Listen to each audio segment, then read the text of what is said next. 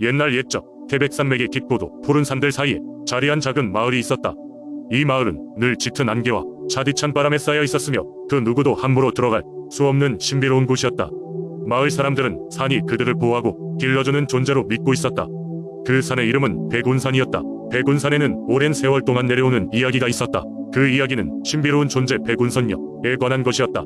백운선녀는 구름처럼 하얀 옷을 입고 백운산의 가장 높은 곳에 살고 있다고 전해졌다. 그녀는 하늘과 대지를 잇는 중간 관리자로서 이 땅을 보존하고 사람들을 인도하는 역할을 맡고 있었다. 그녀는 태백의 신령스러운 힘을 관장하며 마을의 평화와 번영을 유지하도록 도왔다. 어느 해 백운산이 있는 지역에 극심한 가뭄이 찾아왔다. 마을 사람들은 땅이 갈라지고 강이 말라가는 것을 보며 점점 절망했다. 그들은 비가 내리기를 간절히 염원하며 백운선녀에게 기도를 바쳤다. 하지만 며칠이 지나도 비가 오지 않자 마을의 노인들은 백운선녀를 만나 믿음을 확인하기 위해 젊은 청년 한 명을 산으로 보내기로 했다. 청년은 두려움 반 호기심 반으로 백운산을 오르기 시작했다. 산은 그의 발길을 사뿐히 맞이했지만 깊고 험난한 계곡과 미로 같은 숲을 지나야 했다. 그렇게 며칠 밤낮을 지나던 중 그는 마침내 백운산 정상에 도달했다. 그곳은 하늘과 맞닿은 듯 푸른 하늘이 펼쳐져 있었고 이상한 만큼이나 평화로운 장소였다. 청년은 백운선녀를 만나기 위해 목소리를 높여 인사하며 자신의 유일한 소원을 말했다. 부디 마을에 비를 내려주십시오. 그렇지 않으면 모두가 고통 속에 지낼 것입니다. 그의 말에 맞추어 안개처럼 눕혀있던 구름이 물러났고 백운선녀가 나타났다. 그녀의 눈은 슬프게 빛났지만 부드러운 미소를 띠고 있었다. 백운선녀는 청년에게 다가가 한참 동안 그의 용기와 진정성을 헤아린 후 천천히 말을 이었다. 마을을 위한 내 마음을 잘 알겠다. 비는 반드시 내릴 것이다. 그러나 너는 돌아가 마을 사람들에게 전해라. 앞으로는 자연을 경시하지 말고 백운산의 가르침에 귀 기울여라. 나의 굴곡진 땅이 너희를 지켜주리라. 그 순간 하늘이 열리고 기다랗던 구름이 비를 내리기 시작했다. 청년은 기쁜 마음을 안고 마을로 돌아와 백운선녀의 말씀을 전했다. 이후로 마을 사람들은 백운산의 힘을 더 믿고 찬미하며 환경에 대한 경각심을 가지고 살아가기 시작했다. 백운산은 그들에게 있어 단순한 산이 아닌 생명과 교훈을 주는 존재로서 자리 잡았다. 이렇게 태백의 백운산은 오래도록 마을을 포용하며 지키고 있었던 것이다. 두 번째 이야기, 옛날 옛적 푸르른 대나무 숲과 맑은 물줄기로 유명한 고장인 담양에는 독특한 민속신앙이 자리 잡고 있었습니다. 그 중심에는 수월신이라는 신비로운 물의 여신이 있었습니다. 수월신은 담양의 모든 물을 다스리는 여신으로 그녀가 기쁠 때는 물은 풍부하고 맑으며 고을에 비옥한 토지를 선사했습니다. 하지만 그녀가 노하면 가뭄이 들거나 홍수가 나기도 했습니다. 마을 사람들은 수월신을 숭배하며 그녀에게 제물을 바쳤습니다. 특별히 가을이 되면 수확의 기쁨을 기원하며 모든 농산물 중 가장 좋은 것들을 모아 제단에 올렸습니다. 제단은 항상 담양의 가장 아름다운 경관을 자랑하는 곳에 설계되었습니다. 수월신의 전설 중 가장 유명한 이야기는 어느 한 재물에 얽힌 사건입니다. 담양에 한 부자가 살고 있었습니다. 그의 집안은 대대로 넓은 논과 밭을 소유하고 있었고 매년 풍작을 이루며 부유한 삶을 누렸습니다. 한 해 부자는 갑작스런 비바람으로 인해 마을 곳곳이 피해를 입었지만 그의 농작물만은 이상하게도 무사했습니다. 마을 주민들은 혹여나 그것이 수월신의 특별한 가호 때문이라고 생각했지만 부자는 오히려 자신의 땅이 비옥한 덕분이라고 여겼습니다. 그해 가을 제물로 올릴 농산물을 고르던 부자는 자신의 농작물이 얼마나 귀한지를 보여주기 위해 마을 사람들에게 보이길 원했습니다. 그래서 그는 제물을 준비할 때 가장 값싼 곡물만을 가지고 제단에 올리기로 결심했습니다. 마을 주민들은 이 사실을 알게 되었고 몇몇은 부자의 행위에 대해 염려했습니다. 하지만 부자는 자신의 결정에 굳건했습니다. 그날 밤 부자는 이상하고 무서운 꿈을 꾸었습니다. 꿈 속에서 아름다운 여인이 나타나더니 부자에게 너의 탐욕으로 인해 담양의 물을 거두어가겠다고 속삭였습니다. 그는 깨어났을 때 땀에 젖어 있었습니다. 다음날 무리한 가뭄이 부자의 농경지부터 시작해 점점 마을 전체로 퍼지기 시작했습니다. 마을 주민들은 가뭄으로 인해 힘겨운 나날을 보내게 되었고 부자는 자신이 선택한 재물이 문제였음을 깨닫게 되었습니다. 마침내 부자는 자신의 실수를 인정하고 가장 좋은 농작물을 다시 모아 풍성한 재물을 수월신에게 바쳤습니다. 수월신은 부자의 진심 어린 사과를 받아들이고 가뭄을 멈췄습니다. 이후로 부자는 매년 수월신에게 풍성하고 진실한 마음으로 재물을 바쳤다고 합니다. 이 이야기는 훗날 담양 지방 사람들에게 전해져 내려왔으며 이 사건은 물 부족에 대한 경각심을 일깨우고 자연을 존중하는 마을 신앙의 근간이 되었습니다. 세 번째 이야기, 옛날 옛적 전라북도 무주의 깊은 산속 구천동이라는 신비로운 숲속에 아주 특별한 존재들이 살고 있었습니다. 이곳은 기이한 기운과 어우러진 아름다운 자연 경관 덕에 많은 전설과 민속, 신앙이 깃들어 있는 곳이었지요. 오늘 이야기의 주인공은 바로 구천동 깊숙한 곳에 살고 있는 도깨비들이었습니다. 구천동 주민들은 밤마다 민속, 신앙의 일환으로 도깨비들이 자신들의 개장난을 치러 온다고 믿었습니다. 특히나 월광이 비추는 밤이면 늘 같은 전설이 회자되곤 했습니다. 도깨비들은 나뭇잎을 상품으로 변하게 하는 신비한 능력을 가지고 있었는데 이 능력은 오로지 선하거나 진실된 마음을 가진 자들에게만 발휘되었습니다.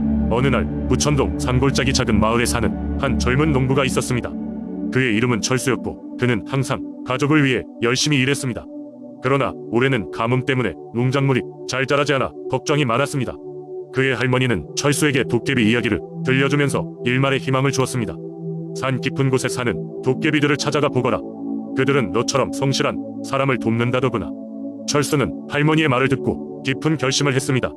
그는 새벽이 되자마자 나섰습니다. 달빛이 희미하게 비치는 숲길을 따라 걸으며 그는 도깨비들을 찾기로 했습니다. 그렇지만 깊어가는 어둠 속에 서기를 잃고 말았습니다. 불안한 마음이 들었지만 그는 포기하지 않고 계속 나아갔습니다. 숲의 중심부에 가까워질수록 주변은 점점 더 신비롭고 기묘해졌습니다. 어느 순간 그는 흐르는 불빛을 보았습니다. 그 불빛을 따라가자 눈앞에 도깨비들이 모여있는 환상적인 장면이 펼쳐졌습니다. 도깨비들은 주변에 놓인 나뭇잎들을 가지고 장난을 치고 있었고 그 장난 속에서 나뭇잎은 반짝이는 금빛으로 변하곤 했습니다. 철수는 그저 놀라서 서 있을 수밖에 없었습니다. 그때 도깨비 중 하나가 그를 발견하고 다가왔습니다. 누구냐? 여기에 온 이유가 무엇이냐? 도깨비는 묻습니다. 철수는 침착하게 대답했습니다. 저는 가족을 위해 먹을 벌이를 구하러 나왔습니다. 할머니가 도깨비들을 찾아가 보러 가셨어요. 도깨비들은 서로의 얼굴을 바라보더니 슬며시 미소를 지었습니다. 우리는 늘 너 같은 사람을 기다리고 있었다네. 도깨비가 말했습니다. 이어서 철수에게 나뭇잎을 주며 이 나뭇잎을 잘 간직해보게. 그것은 앞으로 큰 도움이 될 걸세 라고 하였습니다. 철수는 얼떨결에 나뭇잎을 받았고 감사 인사를 한 후 길을 돌아 집으로 향했습니다. 다음날 철수가 받은 나뭇잎은 보통의 나뭇잎과 똑같이 보였습니다. 그러나 철수는 도깨비들의 말을 믿고 몇 장을 동생에게 주었습니다.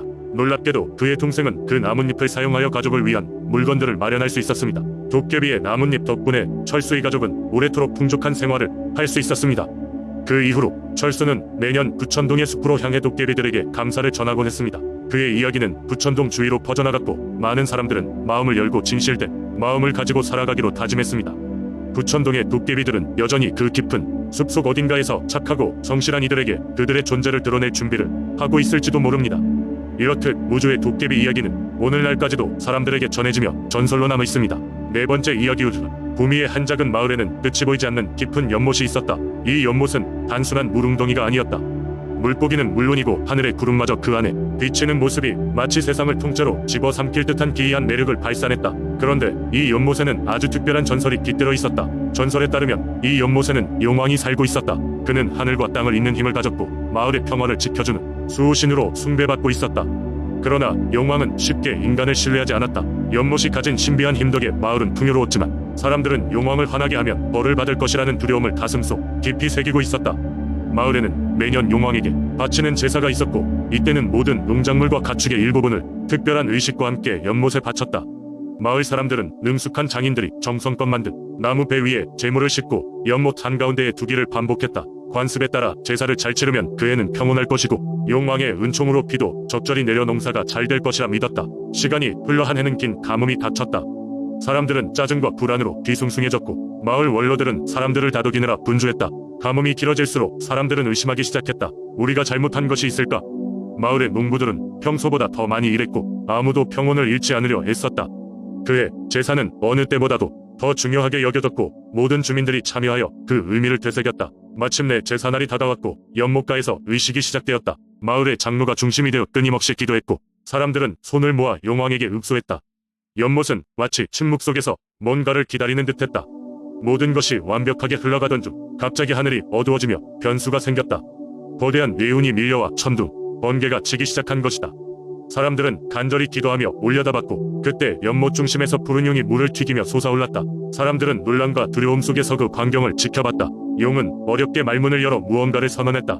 그러면서 사람들에게 더 큰 위기가 닥쳐오고 있음을 예고했다. 그 말이 떨어지기 무섭게 비가 억수같이 쏟아지기 시작했다. 이 비는 몇 날 며칠을 내렸다. 마을 사람들은 불안에 떨며 용이 약속했던 시험을 견뎌내야 했다. 용왕은 그들을 시험하고 있었다. 연못 근처에는 사람들이 파묻은 재물들이 하나둘 떠오르고 연못 수위가 급격히 변해갔다. 주민들은 이러한 굴레를 겪는 동안 점차로 연못과 자연을 소중히 여겨야 한다는 교훈을 깨달았다. 그 후 비가 멈추고 구름이 걷히며 햇살이 따뜻하게 비치는 날이 오면서 마을 사람들은 마침내 용왕의 시련을 이겨냈다. 그들의 믿음은 더욱 견고해졌고 사람들은 연못을 위한 제사를 더욱 공들여 지내기 시작했다. 용왕의 강림은 사람들에게 자연에 대한 경외심을 일깨웠고 그로써 물과 땅을 소중히 여기게 만들었다.